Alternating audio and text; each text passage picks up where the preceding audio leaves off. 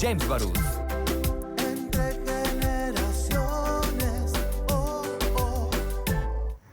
Muy buenos días, mi nombre es Omar Juárez y les doy la bienvenida a nombre de Christopher James Barús a este programa de Entre Generaciones, el único programa a nivel nacional con perspectiva generacional.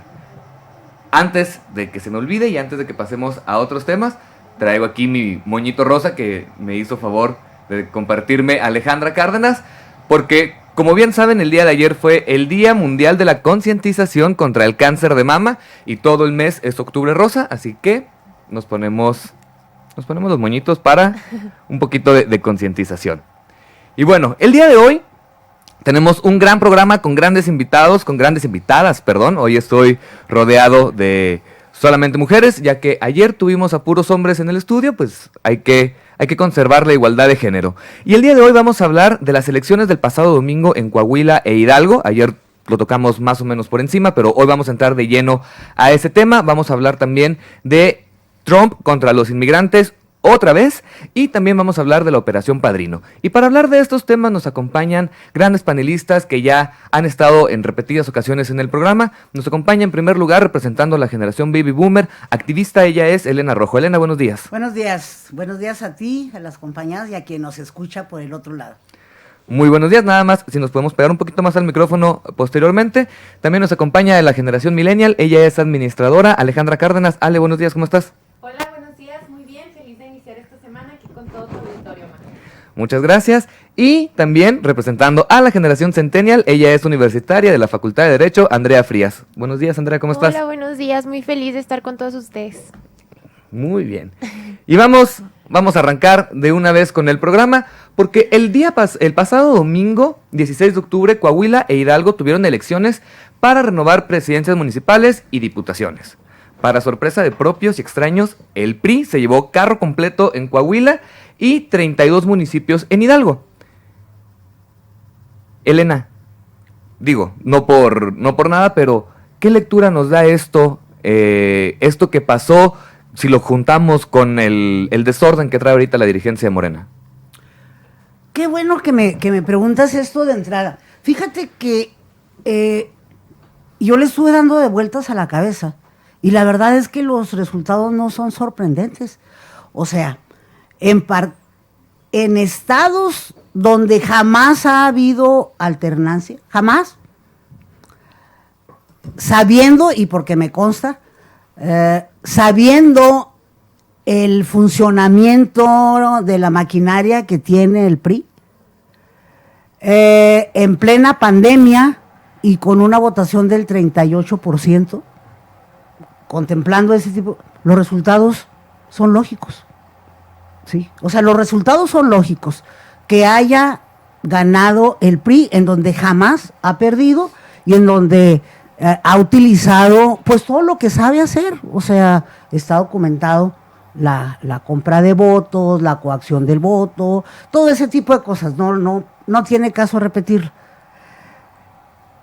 Y lo veo lógico porque tenemos un Morena que no termina de cuajar, no es partido, no hay partido, ¿sí? O sea, eso, bueno, pues si no hay partido, si todavía se está con una inercia del 18, pero de ahí en más, entonces, ¿qué resultados querían?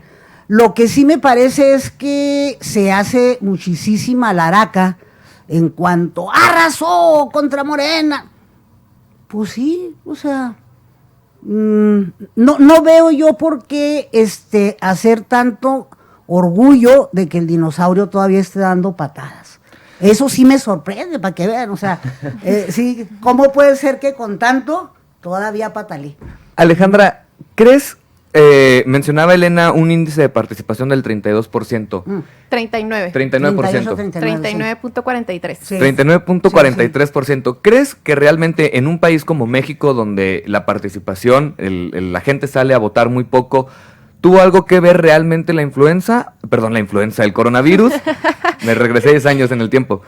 ¿Tuvo algo que ver realmente la pandemia del coronavirus o simple y sencillamente después del 18 ya el curso de la vida política siguió su normalidad? Mira, yo creo que hay que ser muy claros. México siempre va acorde a una tendencia. Hay que hablar que estas son elecciones locales. Más o menos el porcentaje de la votación, el 39.43, 38, que es lo que maneja hasta el momento el PREP, porque hoy continúan ya el conteo oficial. El PREP ya terminó el día de ayer, con el 100% de las casillas computadas, pero en el PREP, en elecciones locales siempre ha sido el porcentaje de votación. ¿Por qué? Porque como mexicanos votamos más si es a nivel federal, ya si es senadores, diputados federales y obviamente un presidente de la República, pues tenemos mayor porcentaje de votación en cualquier estado que no lo pongas. Sí me gustaría puntualizar en cuanto que es una realidad que son bastiones del PRI, tanto Hidalgo y Coahuila son bastiones del PRI y realmente reafirmaron la confianza que les dio la gente. También es importante puntualizar, como lo dio en el comunicado el INE, que son unas elecciones en las que únicamente hubo una denuncia y fue por la quema de una casilla en el municipio de Hidalgo. Hasta el momento no ha habido ninguna otra denuncia de compra de votos, de cualquier otra acción ilegal que hubiera, no hay ninguna denuncia. El INE lo ha dicho muy claro, que únicamente hay esa sola denuncia y las elecciones continuaron su rumbo y hasta el momento pues no hay ninguna casilla impugnada. Entonces, pues yo creo que hay que ser muy claros también con ese tema. En cuanto al tema de Morena, yo creo que se confiaron un poco en que el poder que tiene, el carisma que muchos mexicanos le ven al presidente actual, Andrés Manuel López Obrador, iba a arrasar a lo mejor en algunos otros estados. Ciertamente quedaron en segunda fuerza, como lo es en Coahuila, pero hay que ser claros, se quedaron en segunda fuerza por representación proporcional. La gente no los votó. Entonces, pues hay algunas lecturas que hay que hacer, ¿verdad? No ganaron en ningún distrito de mayoría relativa, son por representación proporcional. A pesar de que no hay impugnaciones hasta el momento, Morena desconoce el triunfo del PRI, reclaman fraude, pero Andrea, ¿tú crees que esto pudiera ser o podría considerarse como un triunfo para la oposición? Primero que nada quiero comenzar esto diciendo que uno siempre vuelve a donde fue feliz. Sí, AMLO sí dijo que reconocía el triunfo y que era un triunfo para la democracia, no tanto para la oposición, sino para la democracia. El señor Alfonso Ramírez Cuellar dice que desconoce a los que ganaron en Hidalgo.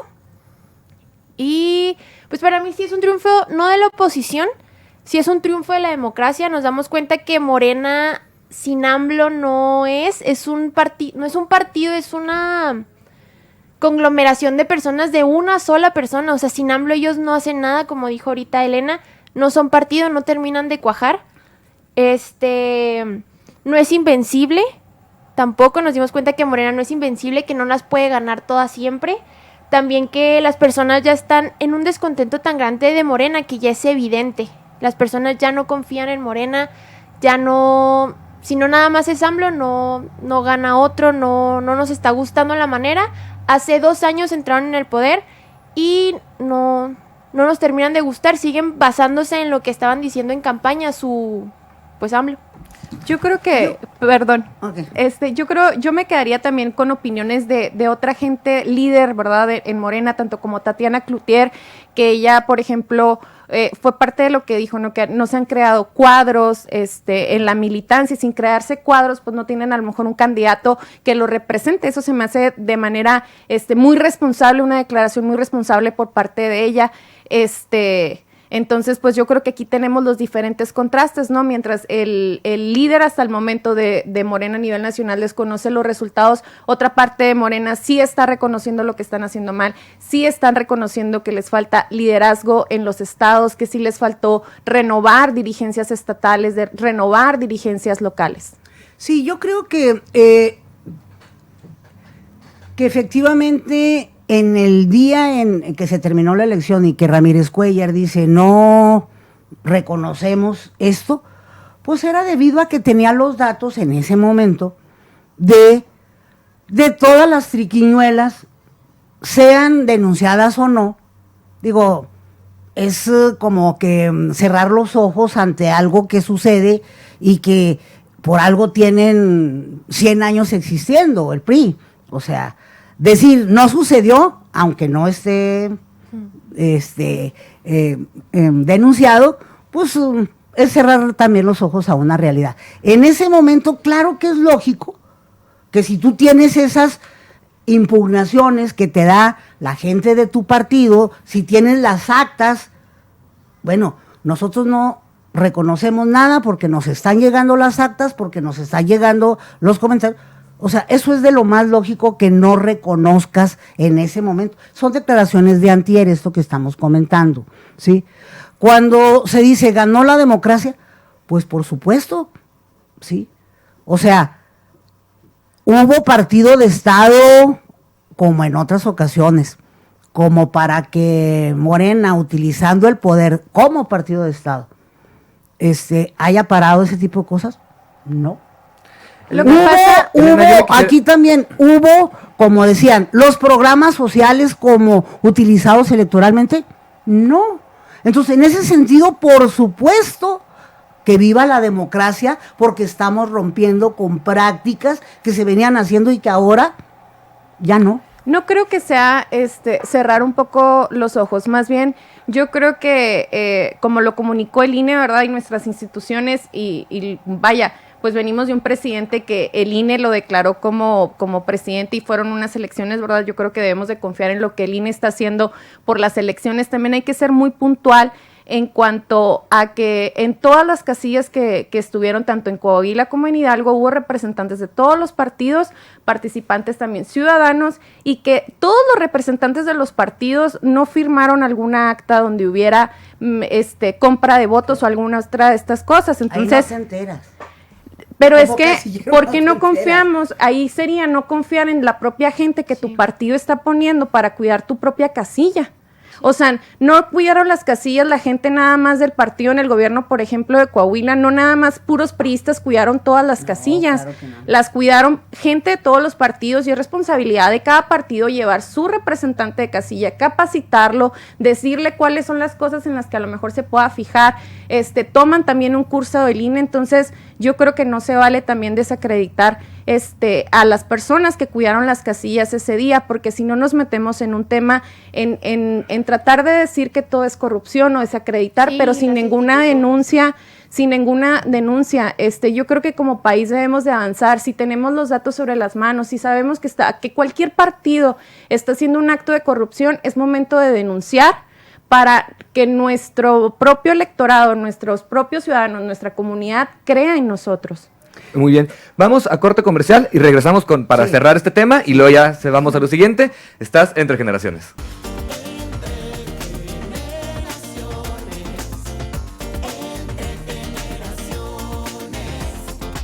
Regresamos, estás Entre Generaciones. Y antes de pasar al segundo bloque quedaron ahí algunas ideas sobre la mesa. Andrea, ¿tenías algo que decir o fue mi imaginación? No, sí tenía algo que decir. Pues sí, como estábamos diciendo, ya para terminar el tema, obviamente Morena no iba a reconocer el triunfo del PRI. ¿Por qué? Porque no saben perder. Y aparte que no saben perder, no pueden reconocer la falta de la credibilidad que están teniendo en la gente. Son dos cosas que ellos no pueden reconocer, no va con ellos definitivamente. Lo peor de todo esto es que esta derrota está haciendo que se observe la falta de organización que hay. ¿Por qué? Porque como un presidente va y dice que va y ganó la democracia y aceptas la derrota, va el presidente de Morena, el señor Alfonso, y dice que él no reconoce nada. Entonces, no aceptan la derrota porque no saben perder, no aceptan que están perdiendo a la gente y aparte hay una falta de organización y la están ventilando ellos solos. Antes de cerrar, Elena, una pregunta.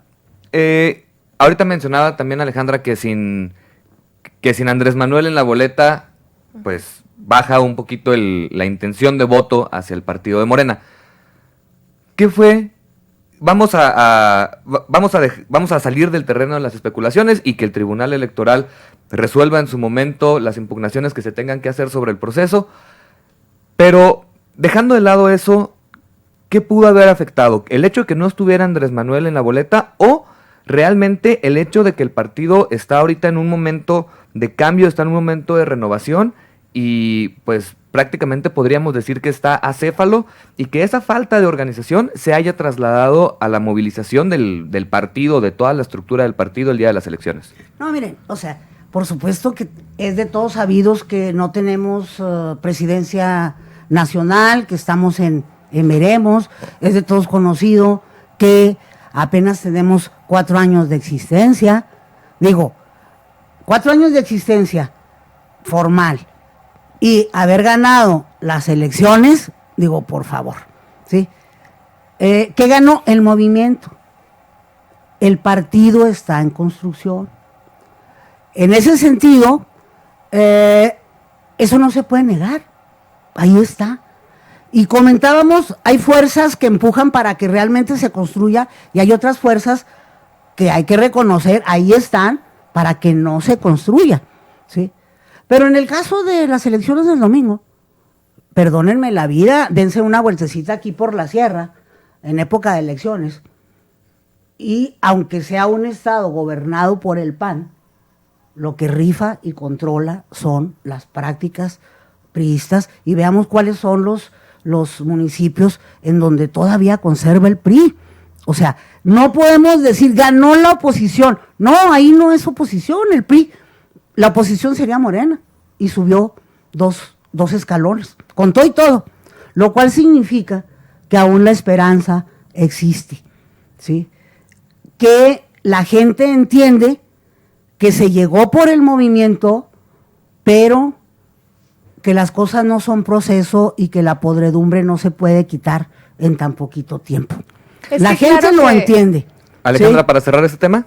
Sí, nada más comentando lo que menciona Elena. Obviamente que la esperanza continúa, ¿verdad? No hay ningún partido pequeño. Claro. Qué bueno que existan las diferentes formas de expresión. Qué bueno que en México la gente se siente identificado con un partido o con otro, porque eso significa que como ciudadanos nos estamos empezando a iniciar en una vida política y eso va a permear en toda la comunidad para que seamos un mejor país. En el momento que nos adentremos a tomar decisiones políticas que nos corresponden y es obligación de todos, pues vamos a construir un mejor futuro. Eso sí hay que también puntualizar en que en comparación a las elecciones del en el 2018, pues obviamente Morena sí bajó su nivel de participación. No sé si entonces si eran simpatizantes o nada más pues estaban del lado de Andrés Manuel López Obrador, o si realmente eran militantes del partido, porque en estas elecciones, pues lo que sí nos da cuenta de, por ejemplo, en Hidalgo, que obtuvieron en las elecciones pasadas el 68% de la participación electoral, ahora nos estamos adentrando a que tuvieron un 19 o un 20, o por ejemplo, como lo vuelvo a mencionar, como en Coahuila, que únicamente tienen diputados de representación proporcional. Muy bien, vamos a dejar por ahí ese tema de las elecciones del pasado domingo en Hidalgo y Coahuila y vamos a pasar al panorama en Estados Unidos. Donald Trump otra vez va sobre los migrantes, pero ahora busca hacerlo de una manera oficial. Acá presentó un plan en el que se pretende dejar fuera del censo poblacional a aquellos inmigrantes que no estuvieran documentados. Esto, según las declaraciones del propio Donald Trump, para poner los intereses de los ciudadanos americanos primero. Expertos, analistas, dicen que el riesgo de esto puede ser que al momento que se deja fuera a esos inmigrantes sin documentos del censo, pues es más fácil para Donald Trump construir los... Las asambleas, los congresos donde se van a seleccionar a los representantes, lo cual a él le daría la ventaja. Ahora yo les pregunto, Andrea, ¿cuáles serían las implicaciones demográficas antes de pasar a las políticas de dejar fuera de un censo poblacional a determinado grupo? No, es un pisotón de derechos humanos horrible. O sea, ¿cómo vas a dejar a una persona que está viviendo en tu país fuera por tu campaña? Yo ya lo había dicho en un programa, creo que fue el último que vine. Tenemos que recordar que Donald Trump, lo más fuerte que tiene en sus campañas siempre es el mensaje de odio hacia los inmigrantes, hacia los mexicanos, hacia los latinos. Su mensaje de odio es tan grande, es tan fuerte, que hizo que muchísimas personas se voltearan y vimos todo lo que ocurrió, todo lo que pasó con las personas que eran latinas en Estados Unidos. Ahora quererlo sacar, obviamente lo está haciendo como dijiste tú, porque las asambleas van a ser pues más chicas, literalmente está diciendo quiénes sí pueden votar por él porque sabe quiénes van a votar por él y los que no, órale para afuera. Entonces yo siento que está muy mal, está pisoteando los derechos humanos, la gente tiene derecho a votar, o sea, tiene derecho a levantar la mano y decir qué es lo que quiere. Ojalá y espero de verdad que no dejen que ese discurso de odio vuelva a llegar. Siento que se ha avanzado bastante en estos últimos años, ya como que la gente un poquito despertó y dijo, ¿sabes qué? No podemos estar diciendo esto, o sea, estamos mal, los mismos estadounidenses. Entonces espero de verdad que no dejen que este discurso de odio vuelva a pasar y que no lo dejen ganar otra vez con lo mismo. Elena, la cacería de migrantes, ya sea vieja escuela o en nuevas modalidades, le funcionó perfecto a Trump en la campaña pasada. ¿Le servirá? Quiero hacer un comentario así que me parece muy pertinente. Quiero comentarles que Trump, como por julio, ¿sí?, mandó una iniciativa para decir, oigan, no quiero que se cuenten. No quiero que se cuenten por las razones que mencionan. Sí. ¿Sí? Pero resulta que él sabía que no le iba a pegar. Y entonces, por supuesto que le acaban de contestar que debe contar a todos los migrantes. Claro. Pero resulta que en ese ínter, o sea, eso acaba de pasar, debe de contar a todos los inmigrantes indocumentados, taratara, en el censo. Fíjense. Ojo, estamos ante un tiburón que tiene grandes estrategas. ¿Cómo se ha comportado en este tiempo que ya fue? Perdónenme, sí la cacería, pero no más que los anteriores. Que Barack Obama. O sea, no más. Y el que nos pintaba su cara bonita y de demócrata y de power, el Black Power y todos con el negrito sonriente, pues resultó peor. ¿Quién empezó con el muro? Los Clinton. Y entonces resulta que esto, si lo vemos fríamente, digo, no, que no, a mí no me gustan esos mensajes de odio. Claro. Que son los que estamos teniendo también aquí, perdónenme, ¿verdad? Sí. No me gustan. Pero sí puedo ver que en realidad es una estrategia para llegarle a esos electores que determinan, llegándoles por ese lado. Porque, les digo, como por los 1 de septiembre, salió que, pues que la metió por nomás esa solicitud, ¿sí? Que no tenía nada ni como estaba marketing. Como estrategia, pues. Como marketing. Sí, como estrategia. Y les comento, acaba de ayer antier, le dan la orden de que debe contar en el censo, sí, claro, no solo a los migrantes documentados, sino también a los indocumentados. Porque esto no solo sirve para las cuestiones electorales, ¿sí?, para los congresos, no solo eso, sino también sirve para contemplar las ayudas sociales que el Estado da, ¿sí?, y que no lo pueden quitar.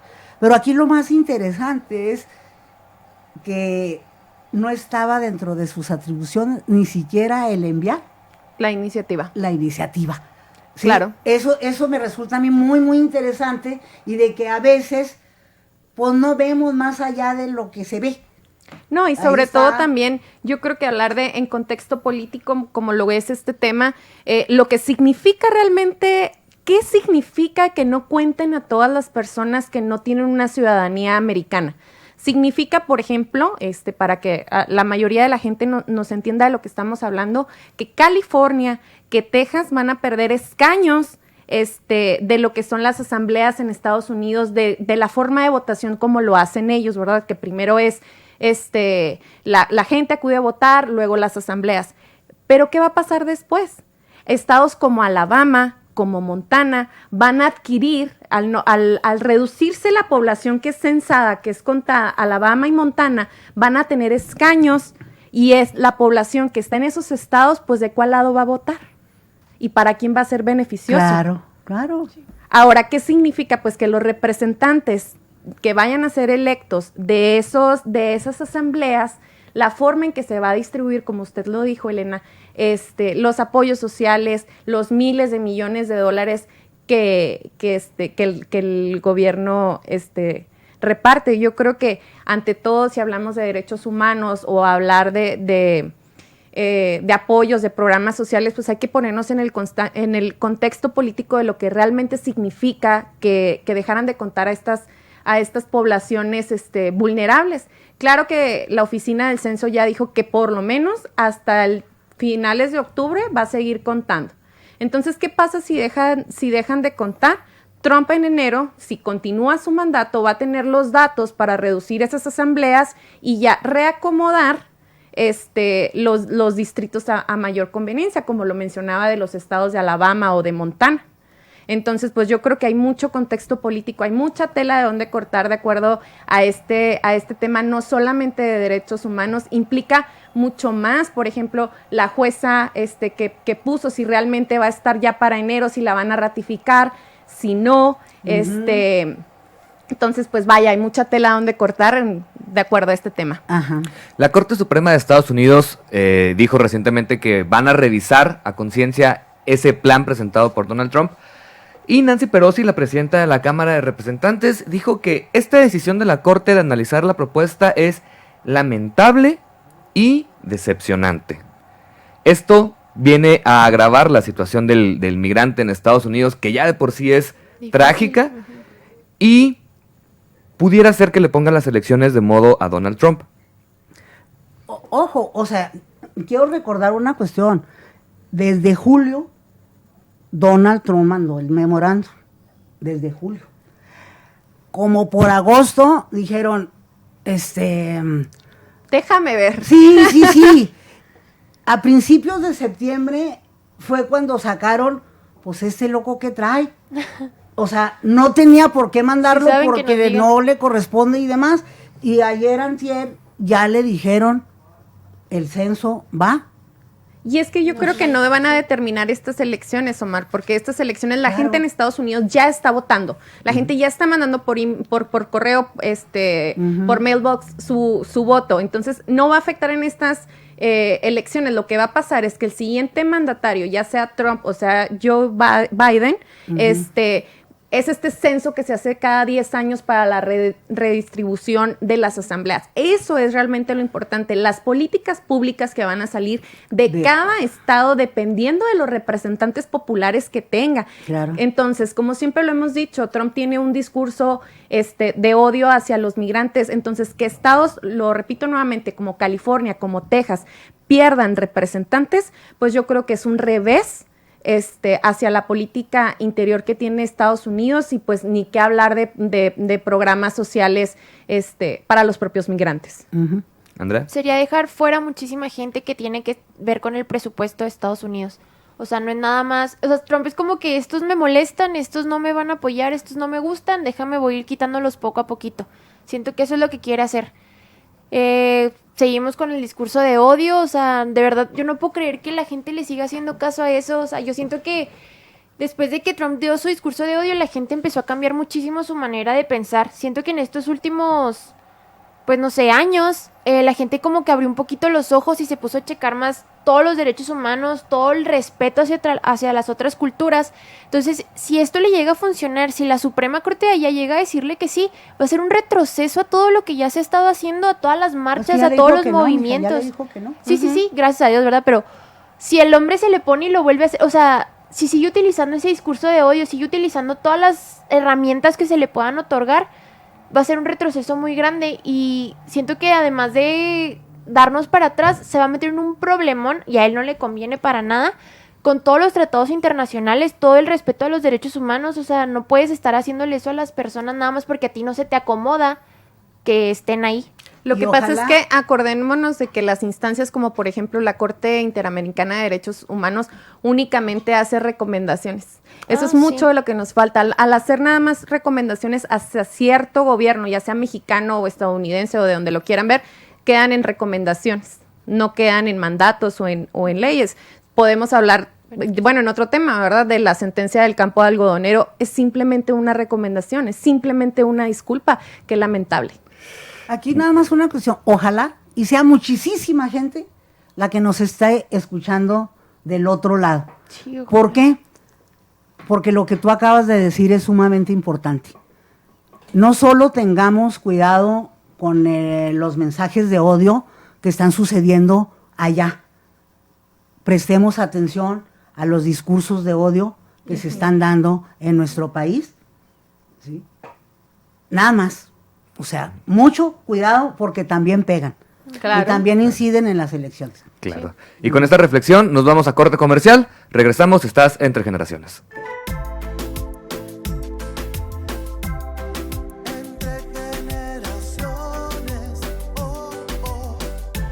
Sí. Regresamos, estás Entre Generaciones.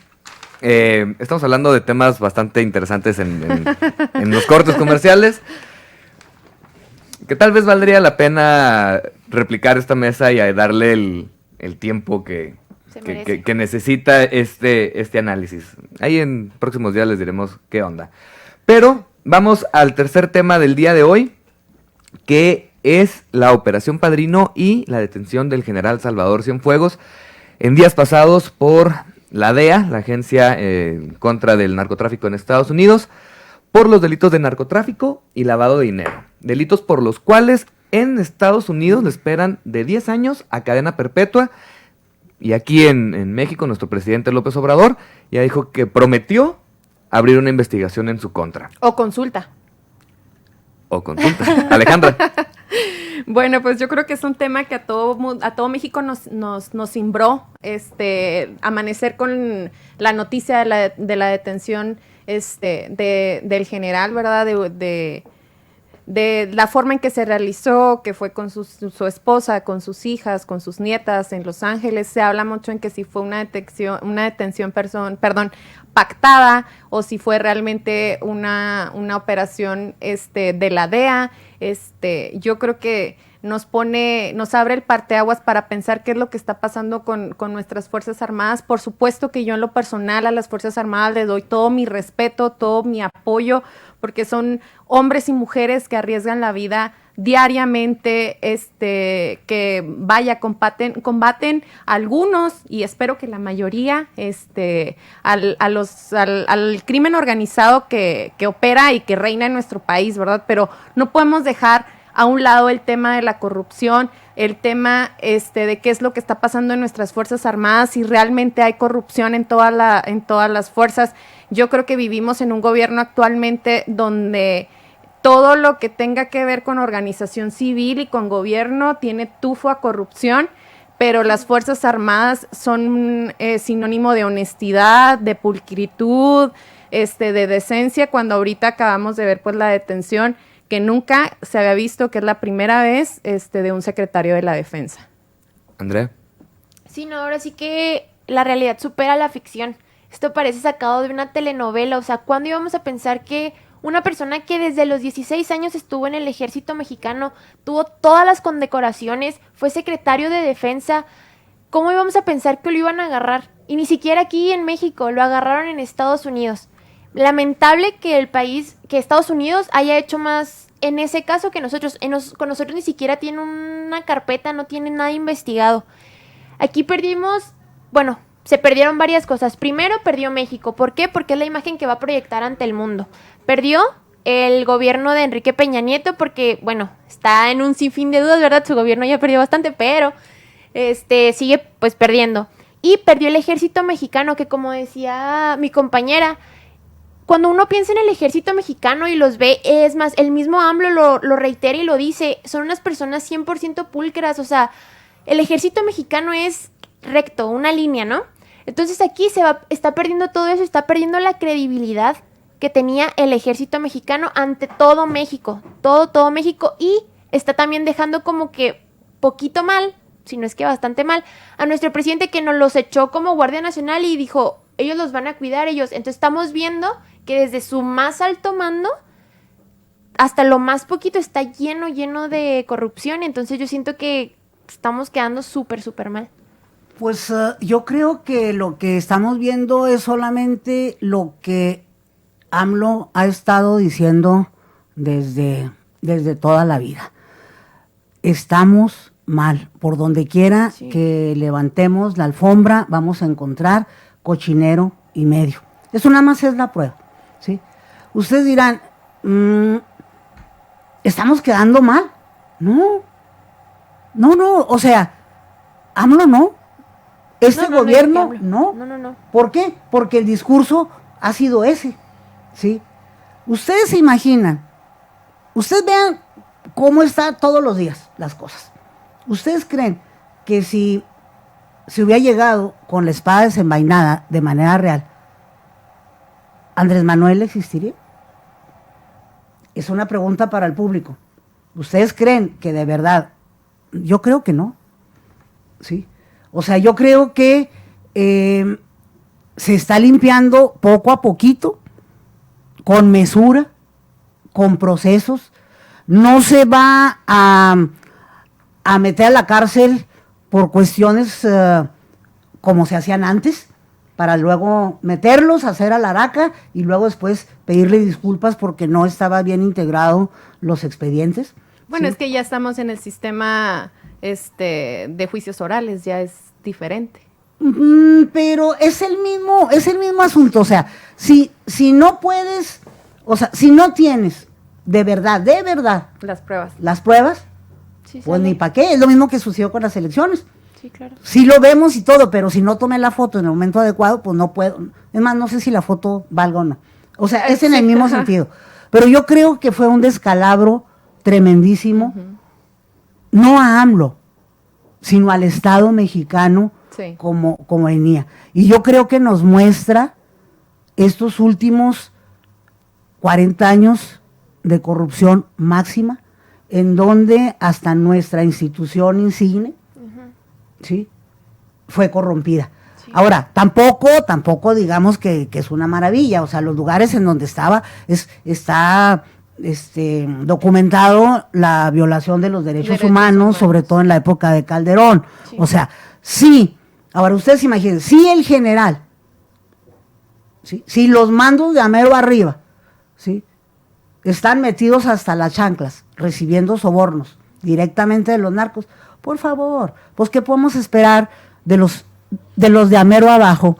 Que pues que seguramente que se quedaban con la droga decomisada y pues para su uso Y con el doméstico, dinero ¿verdad? decomisado. O sea, entonces yo creo que eso se tiene que ir limpiando poco a poquito. Esto es algo inédito, pero que yo creo que se tiene que tocar con calma. No es tan fácil decir, pues ya lo agarraron, ¿por qué no agarrar? Por favor, compañeros, son cuestiones de seguridad nacional, ¿sí? O sea, cuidado incluso hasta con lo que decimos aquí.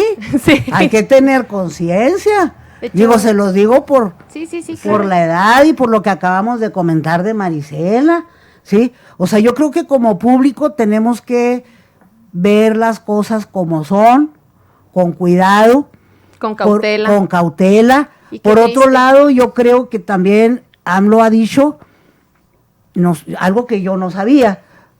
El secretario de la Defensa que estaba le decía al nuevo presidente, oiga, yo le recomiendo A estos tres, a la estos terna. tres. ¿Por qué le recomendaba a esos tres? Porque esos tres le debían lealtad a él y entonces pues se cuidaban las espaldas. ¿Será Aquí momento, se rompió, ¿eh? será momento de, ahora sí, levantar bien los tapetes y los muebles y darle una buena revisada y una buena barrida a todo el aparato, a toda la Secretaría de Defensa Nacional? Mira, ahí A me, todo. me gustaría puntualizar algo, ¿verdad? Ayer que estaba haciendo, bueno, la tarea, ¿verdad? Investigando, leyendo un poco más del tema, como dice Elena, hay que ser muy responsables de lo que vamos a comentar aquí, sobre todo cuando es un foro de difusión que nos da la oportunidad de compartir el punto de vista de cada quien. Por ejemplo, estaba viendo lo de los fideicomisos. El fideicomiso de la Sedena en el trimestre del 2019 a la fecha, ¿saben ustedes cuándo aumentó? 1048%. Estamos hablando de que en 2019 empezó con 2.5 mil millones de pesos. Ahorita está en 31.980 millones de pesos. Y estamos hablando que van a desaparecer fideicomisos dedicados a la ciencia, al deporte, a derechos humanos. Y hablando en contexto, realmente esto sí me parece importante y toco el tema porque tiene que ver con los fideicomisos que tiene Sedena, que tiene pues nuestras fuerzas armadas. En el 2020 los 26 centros nada más de CONACYT significan 785 millones de pesos, 2.5% de lo que significa el fideicomiso de Sedena. Entonces, ¿qué estamos haciendo? ¿A quién le estamos dando realmente el dinero de nuestros impuestos? ¿Para qué se los estamos dando? Yo creo que esas son las preguntas que nos deberíamos de realizar todos en este momento de lo que significó la Operación Padrino, porque el Padrino creó o supuestamente creó toda esta red de la cual la DEA nos está diciendo. Ahora, también me gustaría preguntarle a la DEA si va a hacer alguna investigación para algún funcionario público mexicano que liberó a un capo de la sierra, un capo del narcotráfico cuando ya estaba detenido. Digo. Sí, Andrea. ¿no? O sea, yo siento que aquí obviamente se espera que se pongan a, como dijiste tú, a levantar órale todo y empezar a sacar los trapitos sucios, pero de todos. O sea, ¿cómo queremos terminar la corrupción si nada más estamos viendo para un lado y a los demás así nos hacemos como que, ay, no está pasando nada? O sea, vamos todos parejos. El gobierno actual, los gobiernos anteriores, poco a poquito, estamos viendo que ni siquiera el ejército mexicano estaba libre de tal corrupción. Estábamos viendo que el máximo, que era el defensor, el secretario de defensa, tenía a alguien al que le estaba dando órdenes. O sea, él que era el que tenía que dar las órdenes, todavía había alguien arriba que no se sabe quién era, ¿verdad? No se puede decir, no se puede decir. Pero sí había alguien. O sea, si nosotros no podemos confiar en el que nos tenía que estar defendiendo, el que nos tenía que demostrar seguridad en todo el país. ¿Por qué? Porque estaba coalido con otras personas que no se pueden mencionar, ¿qué nos espera? O sea, ¿qué estamos haciendo nosotros? Y siento que poderlos exponer, empezar a señalarlos y empezar a decir, sí tenemos una falla y la falla va desde lo más chiquito hasta lo más grande, o sea, es una cochinada total, y empezarlo a exponer, empezarlo a trabajar y empezarlo a, pues ahora sí que la guerra contra esto, ¿no? Pues la verdad es que sí lo aplaudo y espero de verdad que se pueda llegar al fondo. Y aquí hay que recordar una cuestión, o sea, esto de la detención del general, pues acaba de pasar, ¿sí?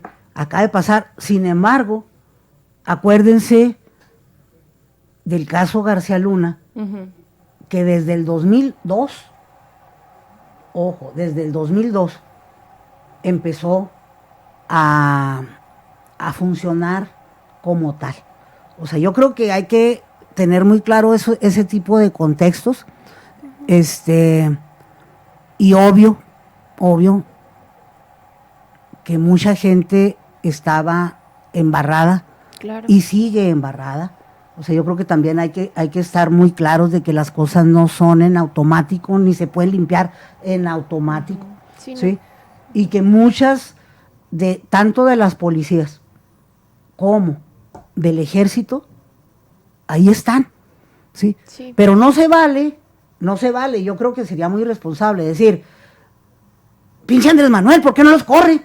Perdónenme, no puede ser en automático, y eso hay que entenderlo, ¿sí? Pianito, son procesos, reconocer que ahí están enquistados, y de veras conocer un poco de nuestro estado, en cómo están las cosas, ¿sí? También ser muy autocríticos y conscientes de eso, ¿sí? Antes de que cerremos este bloque que se nos ha ido volando, la Guardia Civil, la Guardia Nacional está en las calles. De alguna u otra manera están relacionados con la Secretaría de Defensa Nacional. ¿Será un buen momento para subir a la discusión si de verdad confiamos como sociedad en ellos para que estén en la calle cuidándonos? Alejandra.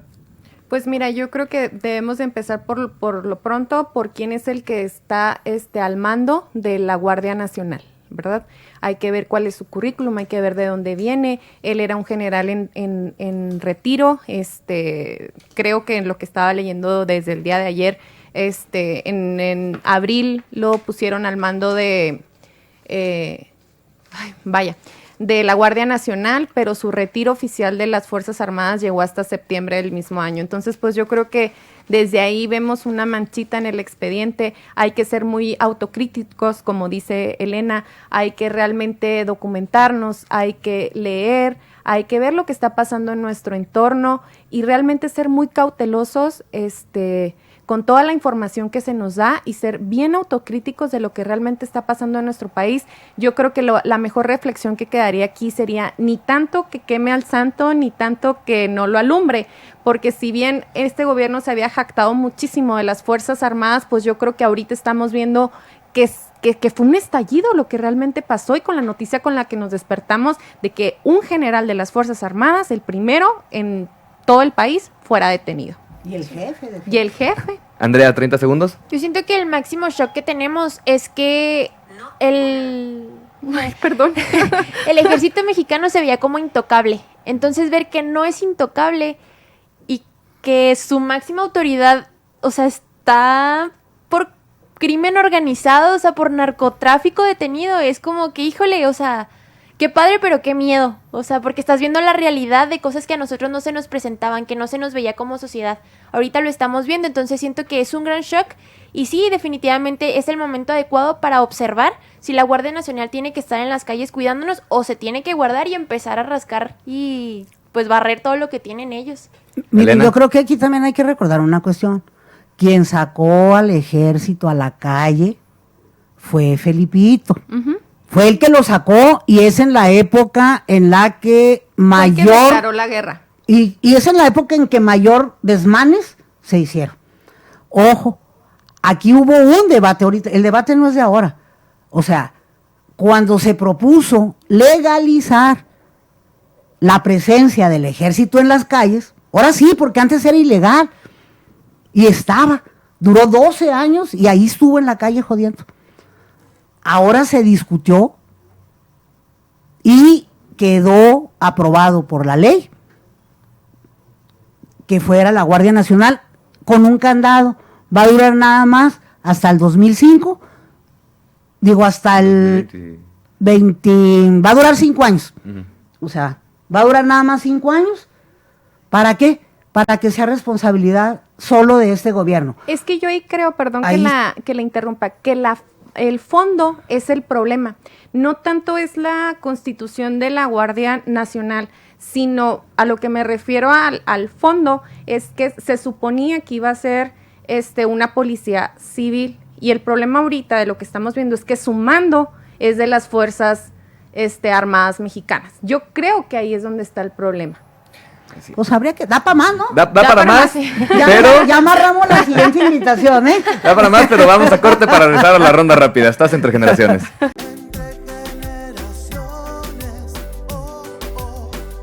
No, yo ya tengo 60. Regresamos entre generaciones. Y ya para cerrar este gran programa, vamos con la ronda rápida. Ya todos nos sabemos las reglas.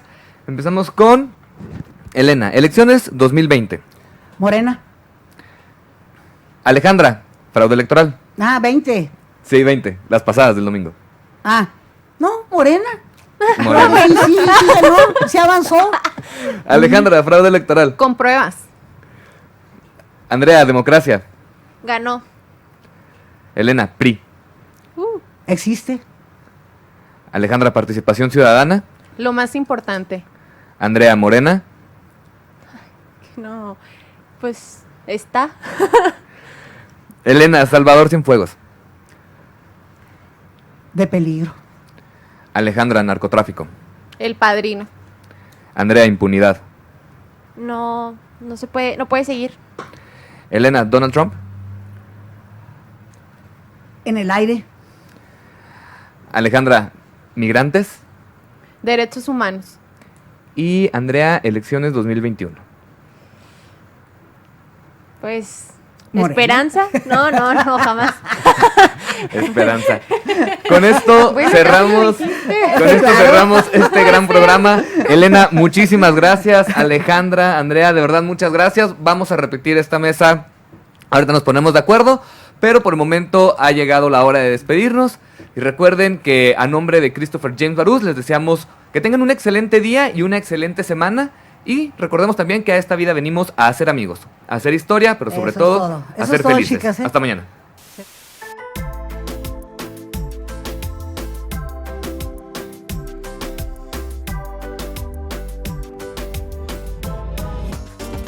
Escúchanos de lunes a miércoles de 9 a 10 de la mañana. Entre Generaciones, con Christopher James Barús.